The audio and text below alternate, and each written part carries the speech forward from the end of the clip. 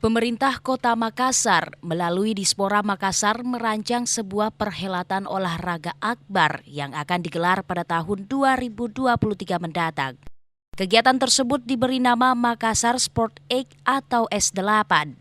Wali Kota Makassar Dadi Pomanto sebagai pencetus S8 menginstruksikan kepada Dinas Pemuda dan Olahraga Makassar untuk menyusun hingga merealisasikan kegiatan ini di tahun depan.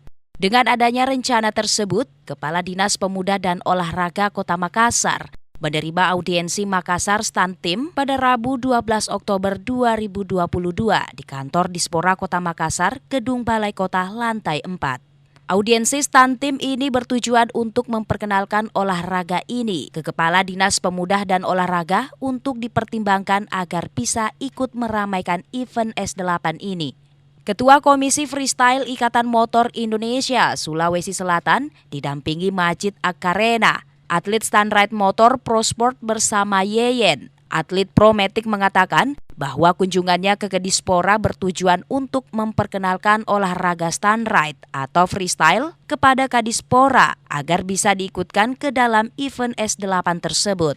Kami ke sini memohon restu dari pemerintah Kota Makassar melalui Kadispora Kota Makassar sekaligus memperkenalkan dan silaturahmi terkait masalah cabang olahraga kami. Walaupun sebenarnya kami ini belum masuk di KONI, tapi kami akan tetap eksis untuk melaksanakan kegiatan-kegiatan Stunride. Kepala Dinas Pemuda dan Olahraga Patiware mengatakan bahwa pada dasarnya Dispora Makassar sangat mengapresiasi kegiatan positif seperti ini dan siap mendukung kegiatan positif ini agar berkreasi lebih baik lagi dan akan mempertimbangkan untuk dimasukkan dalam rangkaian kegiatan Makassar Sport 8 S8 mendatang.